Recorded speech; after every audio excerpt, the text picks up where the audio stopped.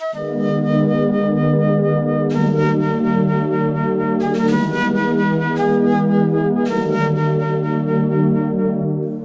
buenos días, Jumash para el día lunes, Parashat Terumah. Ayer estudiamos cómo se hizo el Aron HaKodesh, el arca sagrada. La única parte que nos faltó fue la tapa del Aron HaKodesh. Con eso es que empieza el Jumash de hoy. Dice, Vasita Chaporet Zahav Tahor.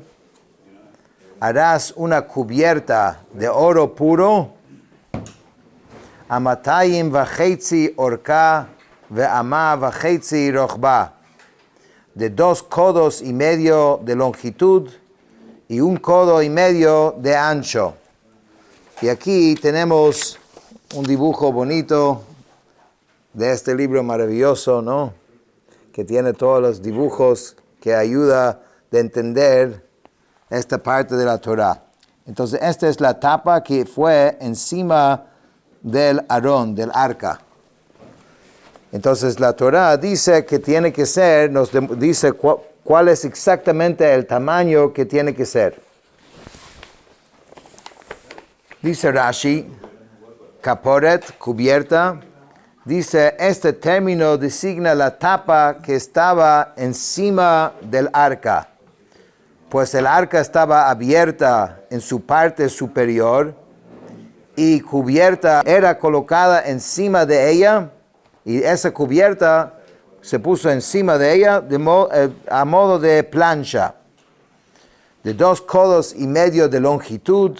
Dice Rashi, su longitud era igual a la longitud del arca y su anchura también igual a la del arca.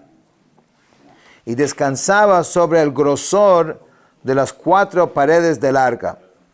Y Rashi dice que a pesar que la Torah no especifica el grosor de esta tapa, pero en el Talmud, Masechet Sukkah, nos dice que era un tefach. ¿Okay? Que esto es, digamos, el grosor, que era un tefach, aunque la Torah aquí no lo menciona, solo dice el ancho y el largo. Y esta es la parte interesante. Sabemos que en la Torah es muy explícito uno de los 10 mandamientos, que no se puede hacer ningún tipo de imagen, ningún tipo de ídolo. Y es interesante que en el Kodesh HaKodeshim, en el Santo Santorum, en el sitio más sagrado, por orden divino, vamos a ver, por alguna razón muy específica, que ahora vamos a entender, habían 2 formas, ¿okay? Que había que hacer, pero estas formas eran hechas de esta misma tapa. No era otra cosa separado que se pegó después, sino de la misma cubierta del Aron HaKodesh se hizo los querubim, llamados los querubim. Y eso es lo que dice a continuación. Vasita shnayim keruvim zahav. Harás 2 querubines de oro. Miksha ta'aseh otam. Mishnei ketzot hakaporet. Batidos los harás en los 2 extremos de la cubierta. Explica Rashi así. Cada uno de ellos tenía el rostro de un niño. Y después dice, quería batidos harás. Dice, no lo hagas por separado y luego los unas a los extremos de la cubierta después de haberlos hecho. Sino había que agregar mucho oro y ir sacando el oro hacia arriba y formando los querubim. Y aquí hay un dibujo que explica cómo esto fue. Aquí lo ves que en la misma tapa originalmente tenía que tener suficiente oro para después poder ir sacando estas 2 formas, y a la final salieron las formas de una sola pieza de oro. Esto es un trabajo de un artesano muy, muy especial, porque mucho más fácil hubiese sido fabricar y hacer las formas y después pegarlo a la tapa, pero eso no era permitido. Tenía que ser de la misma pieza. Exacto. Igual como vamos a ver en el Aarón, en la menorá, eso lo vemos mañana, que tiene mucho detalle y todo tenía que ser hecho de una sola pieza de oro. En realidad, eso eran trabajos milagrosos, porque así no se puede cualquier persona trabajar.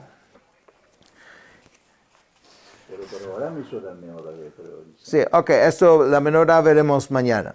Dice, Va'asei kiruv echad mikatza mizeh, uchiruv echad mikatza mizeh, מן הכפורת תעשו את הכרובים על שני קצותיו. Harás un querub de un extremo y un querub de otro extremo.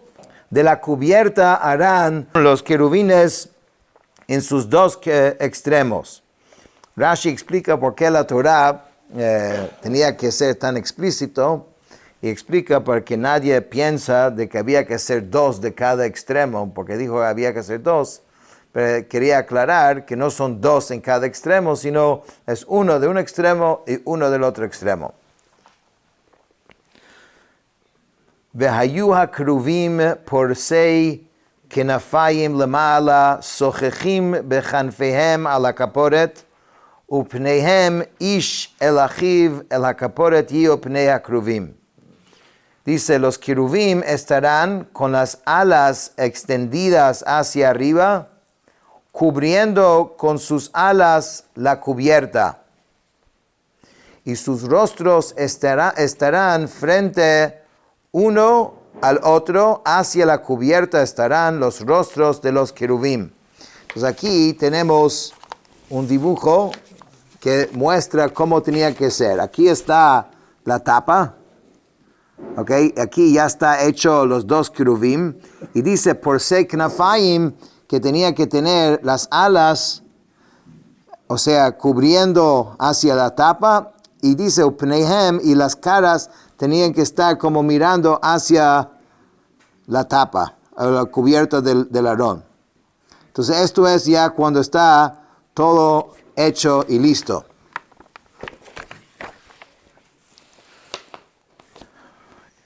Explica Rashi, por se knafayim, quiere decir que no lo hagas con sus alas apuntado hacia abajo, sino extendidas y alzándose hacia arriba, próximo a sus cabezas, de tal modo que haya un espacio de 10 tefajim, que son puños, entre las alas y la superficie superior de la cubierta, como se explica en la Gemara en Sukkah. Y aquí entonces ves, en este dibujo, ves que este espacio, mira el nivel de detalle.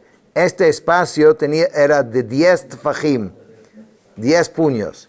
Todos estos detalles tienen un significado muy específico, porque esto es un diseño directamente de Hashem. Esas son las palabras de Hashem. Exactamente cómo hay que hacerlo, qué tamaño, qué distancia tiene que haber en una cosa y otra. Todo esto es un diseño divino.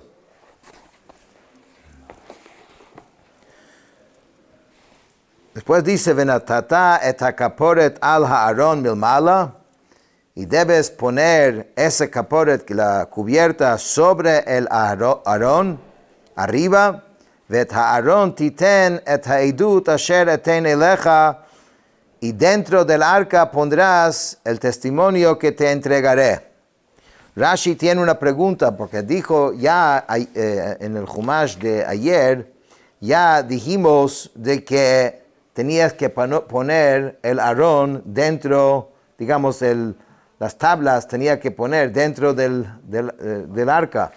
¿Por qué vuelve a repetir esto otra vez aquí, cuando ya la Torah dijo esto claramente? Y eso es lo que Rashi pregunta. Dice, no sé con certeza por qué razón esta frase fue repetida. Pues ya ha sido enunciado que dentro del arca pondrás el testimonio.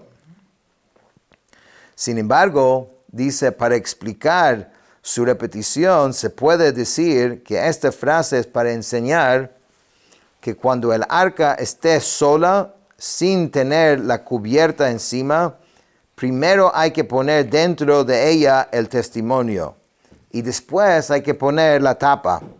En otras palabras, ¿qué dice la Torah aquí? Rashi está explicando que nunca deberías colocar la tapa de cubierto sobre el Aarón sin que los lujot estén adentro. Si lo quieres, no sé, probar, a ver, o ponerlo mientras tanto, no. Solo se pone la cubierta estando los lujot adentro. Por eso la Torah volvió a repetirlo acá. ונועדתי לך שם ודיברתי איתך מעל הכפורת מבין שני הקרובים אשר על ארון העדות את כל אשר אצווה אותך אל בני ישראל. Y Hashem le dice a Moshe, ahí yo fijaré cita contigo y hablaré contigo de encima de la cubierta, de entre de los dos querubines que están sobre el arca del testimonio, todo lo que yo te ordenaré para los hijos de Israel. En otras palabras, esto es el parlante, ¿no? De ahí va a salir la voz de Dios hacia Moshe. Imagínate este espacio entre las alas de los querubim y la tapa, de ahí va a salir la voz de Hashem. Increíble. Entonces dice Rashi algo muy interesante. Dice, en otro lugar, la Torah dice que Hashem habló con Moshe desde la tienda de la cita. O sea que es fuera del Kodesh HaKodashim. Además que sabemos que al Kodesh HaKodashim, donde el arca estaba, el Santo Santorum, solamente se entraba en Yom Kippur. Entonces, y Moshe hablaba con Hashem cada rato, ¿no? Entonces, ¿qué quiere decir? Que va a tener que entrar allá. O sea, y además que está escrito que hablaba con él desde la tienda, el Ohel Moed. Entonces dice, tenemos entonces dos versículos que se contradicen. Dice, hay un tercer versículo que aclara esta aparente contradicción. ¿Cuál es el versículo? Que dice, y cuando Moshe entraba a la tienda de la cita, escuchaba la voz que le hablaba de encima de la cubierta. O sea, ¿qué quiere decir esto? Que Moshe entraba al tabernáculo y tan pronto como llegaba a la entrada, una voz descendía de los cielos hacia el espacio entre los querubín y de ahí se escuchaba la voz. No es que él entraba ahí, pero de ahí se escuchaba, salía de ahí, pero él no estaba parado ahí, sino afuera.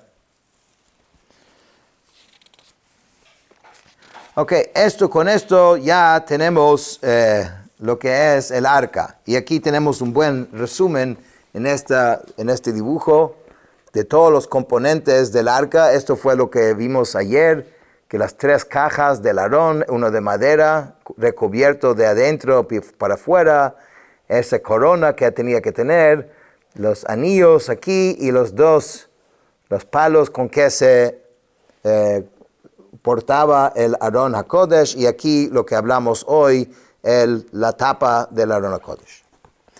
Ahora, el siguiente mueble que la Torah va a describir es el Shulchan, la mesa especial. Y esto es algo muy especial y muy místico, pero sabemos que este Shulchan, la mesa, donde habían 12 panes, como vamos a ver ahora, era la bendición para la parnasá, para el sustento. Y estaba en el templo, enfrente de la menorá, del lado norte, ¿ok? Y tenía un gran significado. Ahora dice, Vasita shulchan atzei shitim amatayim orko ve'ama rochbo ve'ama vachetzi komato. Harás una mesa de madera de acacia de 2 codos de longitud, 1 codo de ancho y 1 codo y medio de altura. Vetzipita oto zahav tahor ve'asita lo zer zahav saviv. La cubrirás con oro puro y la harás una diadema de oro en derredor. Entonces tenemos aquí los componentes y lo vamos a ir armando, ¿no? Rashi primeramente dice que hay que hacer un shulchan con estas medidas. Parece un shulchan, una mesa cualquiera, ¿no? Esa es la diadema, que es, digamos, la corona, que Rashi va a traer 2 opiniones dónde estaba puesto esto, si aquí encima o si aquí justamente entre las patas de la mesa. Pero de todas maneras esto era un elemento que también vimos en el Aron HaKodesh. Entonces en el Aron HaKodesh esto representaba el Keter Torah, ¿no? Que es la corona de la Torah. Aquí en la mesa va a decir que es el Keter Malchut. Esa es la corona del reinado. Y explica Rashi así. Dice, Zer Zahav, como acabo de mencionar, una diadema de oro. Esta era el símbolo de la corona de la realeza. Pues la mesa simboliza riqueza y grandeza. Una mesa es el sitio de, digamos, donde uno come y donde el bienestar se muestra sobre la mesa. Puesto que con respecto a una mesa lleno de platillos, se dice una mesa de reyes, Shulchan Melachim. Ve'asita lo misgeret tofach saviv, ve'asita zer zahav le miskarto saviv. Le harás un bastidor de 1 palmo en derredor y harás una diadema de oro para su bastidor en derredor. Dice Rashi, este término debe ser entendido tal como dice el Targum. Con respecto a ese bastidor, los sabios tuvieron una diferencia de opinión. Hay quienes afirmaron que estaba encima de la mesa, al borde, y hay quienes dicen que era abajo. Y harás una diadema de oro para su bastidor. Esta es la misma diadema, no es otro, es el mismo que mencionamos antes. La Torah, en este caso, vemos que menciona a veces los componentes por parte y después lo va como que juntando para que uno vea cada uno de los componentes bien. Esto tiene obviamente mucho más sentido a la medida que entramos en la profundidad y entendemos el significado de cada uno de estos componentes.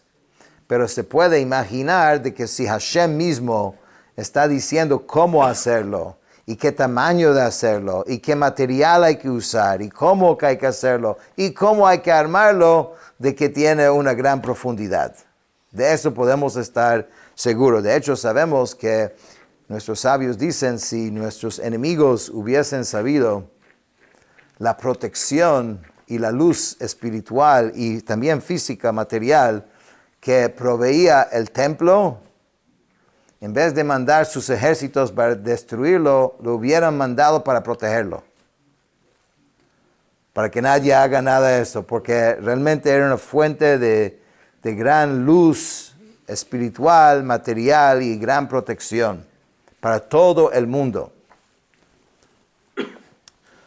Dice, Lumat hamizgeret tiyena hatabaot levadim laset et hashulchan. Y tenía que tener este otro elemento, porque recuerda que esto es una estructura portátil. Entonces dice, los anillos estarán frente al bastidor como receptáculos para las varas a fin de portar la mesa.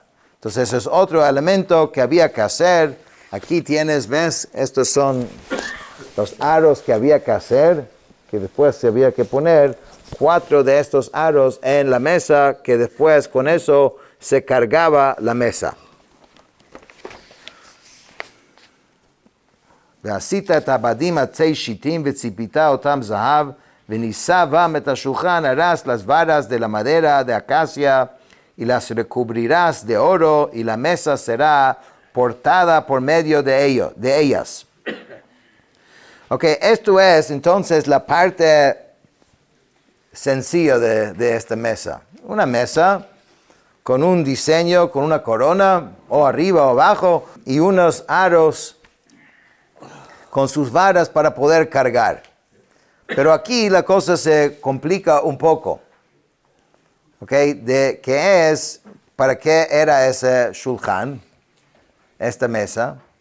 Esta mesa cargaba lo que se llamaba el lechem hapanim, unos panes que se hacían todas las semanas, que tenían elementos milagrosos, y no eran panes en forma normal, común y corriente. Creo que hoy en día nadie vende ese tipo de pan. De hecho, hacerlo era muy difícil. Habían ciertas familias que sabían el arte y guardaron los secretos de estos panes. Los panes no eran hechos para comer, aunque se comía cuando ya se terminaba la semana. Se podía comer, los kohanim solamente podían comer eso y tenían que comerlo en el templo, no podían salir con esto, porque tenía una santidad especial.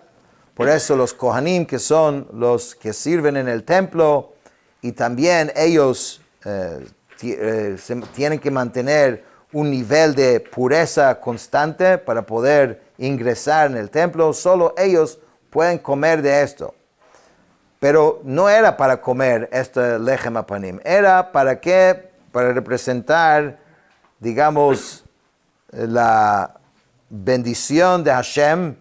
Inclusive los panes, como vamos a ver, aunque hay varias opiniones exactamente cómo era la forma, pero lo más, digamos, común de ver que esto era la forma de los lechem hapanim. Esto es un pan del lechem hapanim, ¿no? Así terminaba.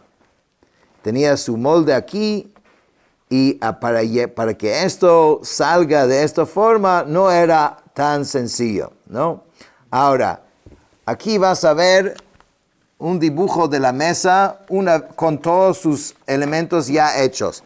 Aunque no hemos leído todavía en la Chumash, que ahora lo vamos a leer, tenía muchos componentes que para mantener esto. Entonces esto es la mesa que estaba abajo, pero después tenía todos estos otros componentes para poder aguantar 6 panes, uno encima del otro de un lado, y 6 panes, uno encima del otro lado. Y esto sigue un patrón que hemos visto y que vamos también a ver en la ropa del Kohen Gadol en la parashá de la semana que viene, que también tenía el pectoral donde tenía los 12 tribus, y estos 12 panes también tenía que ver con los 12 tribus de Israel. Entonces vamos a ver, aquí lo vamos a ir armando. Dice, vasita ka'arotav vejapotav, harás sus platillos, sus cucharones, uksotav umenakiotav, asher yusach bahen, zahav tahor ta'aseotam. Estos son los componentes: platillos, cucharones, sus tubos, sus soportes, con los cuales será cubierto de oro puro, lo harás. Y dice, venatata al shulchan lechem panim lefanai tamid. Sobre la mesa pondrás el pan de semblantes, así se llamaba lechem hapanim, delante de mí continuamente. Entonces aquí, bueno, Rashi entra en mucho detalle, pero vamos a resumirlo aquí con este dibujo. Los diferentes componentes que aquí está escrito, yo creo que en ese Chumash también sí. está. Sí, está. Entonces dice que había soportes, que son estos, ¿no? Y habían, digamos, todas estas incisiones aquí que de un lado a otro se mantenían, digamos, los moldes que tenían que cargar el pan. Y todo esto, digamos, era una parte del servicio sumamente importante dentro del templo de todas las semanas.